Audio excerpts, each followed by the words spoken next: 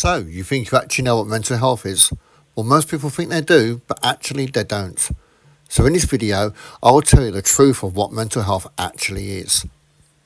Have you ever asked the question, what is mental health? Or ever wondered why we feel the way we do, or how our thoughts and feelings affect our everyday life? Has anyone said to you, oh, so you cured your mental health issues now? If you've answered yes to any of these questions, then let's dive into the enigma of what mental health actually is. You see, it's not just about our physical well-being that matters, but our mental health plays a significant role too. It's an integral part of our overall health that is often overlooked. Most people perceive mental health as an absence of mental illness or disorders, but they might associate mental health with conditions such as depression, anxiety, bipolar, or even schizophrenia. If you look at the World Health Organization, their idea of what mental health is a state of mental well-being that enables people to cope with the stresses of everyday life and realise their abilities, learn well and work well, and contribute to their community. It is an integral component of health and well-being that underpins our individual and collective abilities to make decisions, build relationships, and shape the world we live in. Mental health is a basic human right, and it is crucial to personal, community, and socio-economic developments. In today's society, this understanding tends to focus on negative aspects of mental health, overlooking the broader spectrum that encompasses positive mental well-being, resilience, coping skills, and emotional stability. Mental health is a broad term, but what does it actually truly mean? It's a state of well-being where we realise our own potential, manage the normal stresses of life, work productively, and contribute positively to our community. It's about how we think, feel, and behave. It's about dealing with life's challenges, maintaining relationships, and making decisions. Mental health is not just about not having a mental illness. It's about being in a state where we can cope with life and playing a full part in our family, workplace, community, and with our friends. It's about understanding who we are, nurturing our strengths, and asking for help when things get tough. It's important to note that mental health is not a static state. It's fluid and changes over time. It's influenced by a variety of factors, from our environment to our genetics. It's a journey, not a destination, and it's unique to every single one of us. We all have mental health, just like we have physical health. It's just our bodies can get ill, our minds can as well. But unlike physical ailments, mental health issues aren't always visible. It makes them a lot harder to identify and to understand. So let's debunk the myth of mental health around it just being about mental illness. It's so much more than that. It's our thoughts, our emotions, our ability to solve those problems and overcome difficulties, and our social connections and our understanding of the world around us. So mental health is not just about the absence of mental disorders. It involves a state of a complex physical, mental, and social well-being. So let's continue to unravel these complexities of mental health together. Do you know what the different types of mental health are? Well, now we'll discuss the different types of mental health before moving on to being able to recognise the signs of mental health. This is so that you can gain a better understanding of the truth of mental health. Now, it's important to understand that mental health issues are not uncommon, nor are they something to be ashamed of. First, let's talk about depression. Depression is more than just feeling blue. It's a persistent feeling of sadness, hopelessness, or lack of interest in life that can last for weeks, months, or even years. It affects how we feel, think, and behave, and it can lead to a various amount of physical and emotional problems. We can gain weight or lose weight. We get to drink more alcohol. We become more argumentative, or just shy away from things. Next, we have anxiety disorders. These are characterised by constant overwhelming fear of worry or fear. They can be general, like generalised anxiety disorder, or specific, like panic disorder, where individuals experience sudden and intense episodes of fear. This can lead to people shutting themselves away, avoiding certain situations, things, or even people. Then there's bipolar disorder. It's another common mental health issue. This condition is marked by dramatic shifts in mood, energy and activity levels. People with bipolar can swing from episodes of mania where they feel overly happy and energetic to episodes of depression where they feel extremely low and sad. Then there's schizophrenia. While less common, it is a serious mental health disorder. It alters a person's perception of reality, causing them to experience hallucinations, delusions and disorganized thinking. It's a complex condition that requires ongoing treatment and support. Then there's a less known but equally important disorders such as obsessive compulsive disorder, traumatic stress disorder and various eating disorders, each with their own set of symptoms and challenges. It's crucial to remember that these conditions do not define the person experiencing them. They're simply a part of a vast spectrum of human experience, and they can affect anyone at any time. Just like physical health conditions, they require understanding, care, and often professional treatment. In fact, millions of people worldwide live with these disorders, and many of them go unseen. People don't realise they've actually got them. I, for once, was one for years, actually have mental health issues. Have done for decades, and people have always seen me as being the bubbly, jovial person. I'd walk into the room in the mornings at work and go, "Morning" to everyone. And everyone think, "Oh, he's always so happy, so buoyant." Little did they realise what I was feeling inside. My mask was down, and nobody knew how sad I was and what sort of things I'd actually do to try and overcome my depression and my anxiety. Just think, there are teachers, doctors, artists, parents, friends, everyday people leading rich, full lives. But they're not alone, and neither are you. Remember, these are common issues and help is available. And my little mantra is always to say, it's okay to not be okay. Right, now we get to move on to the part where I answer the question, how do I know if someone or myself is suffering from poor mental health? So, how do we know if someone is struggling with mental health issues? This is a question that many of us often ask, and it is an important one. Recognising the signs of poor mental health isn't always easy. They can be subtle and vary from person to person. Signs and symptoms of poor mental health can manifest in physical, emotional or behavioural ways.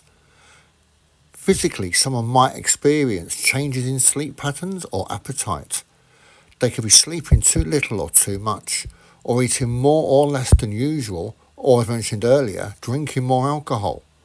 These changes are often a response to emotional distress. Emotionally, an individual might show signs of sadness, anxiety, or feelings of emptiness. They might express feelings of guilt, worthlessness, or hopelessness, and have a pessimistic outlook on life. It's also common for people to lose interest in activities they once enjoyed, which is a clear indicator that something might be amiss. On the flip side, as I mentioned earlier, I would always show everyone that I was happy and energetic and up for fun, as that was the mask I wore to hide my true feelings.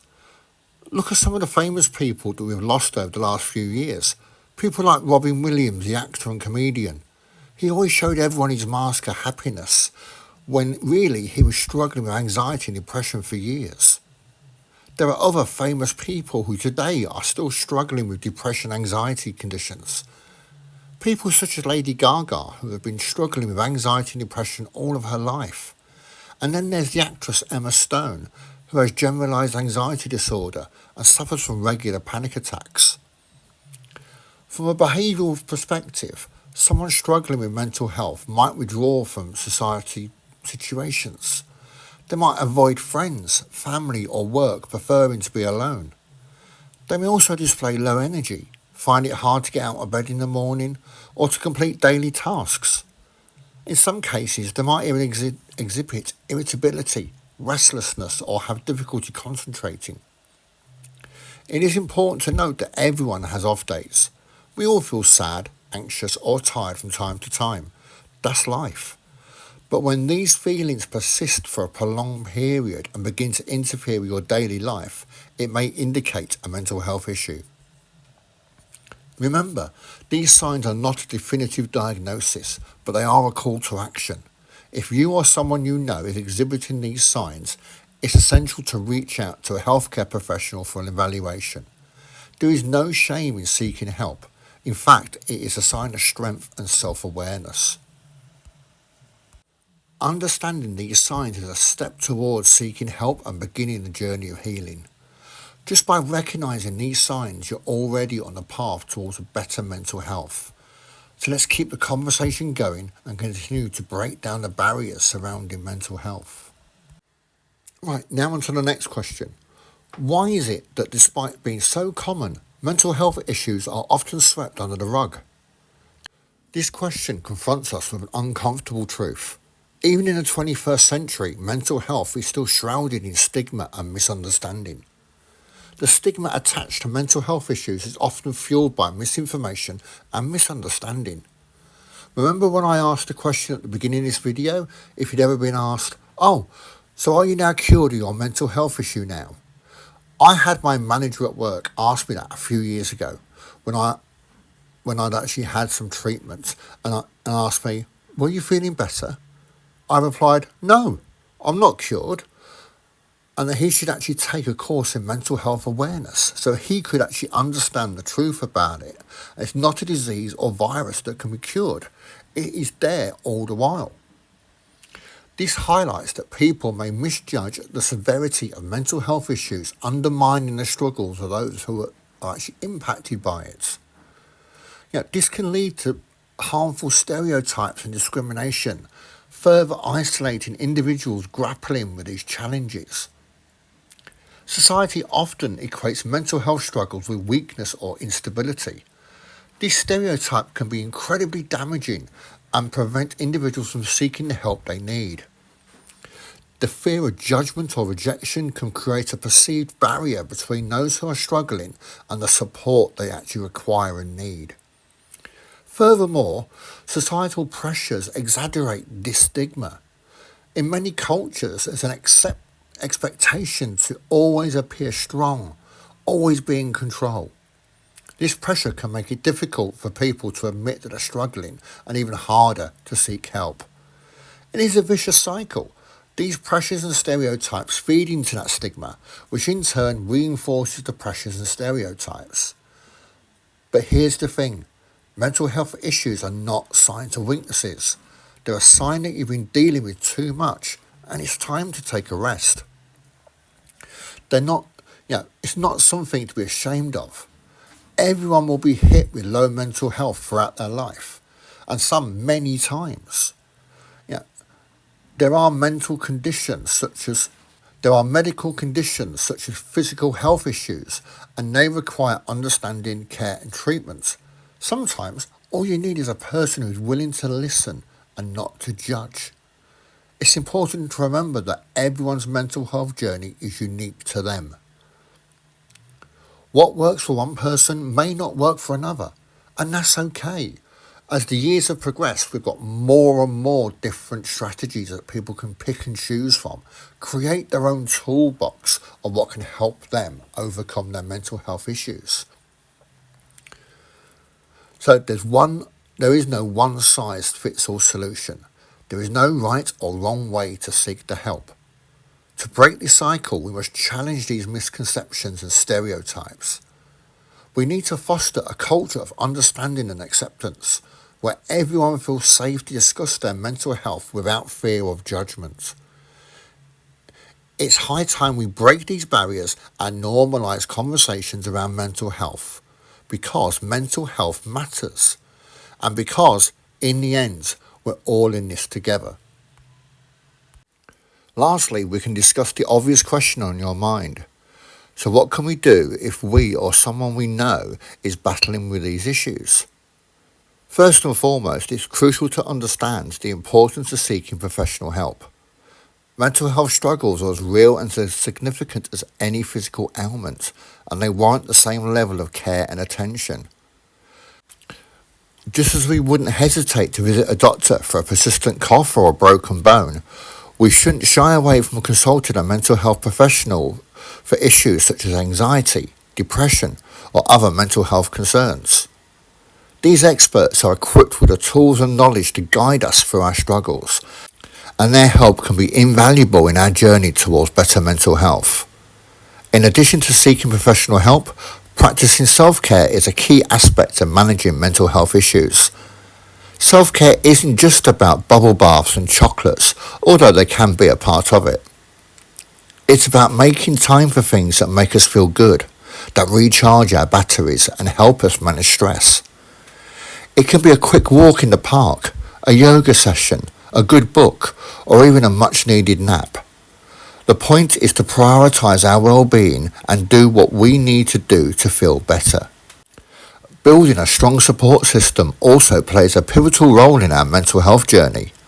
These could be friends, family, or support groups, people who understand or at least try to understand what we're going through.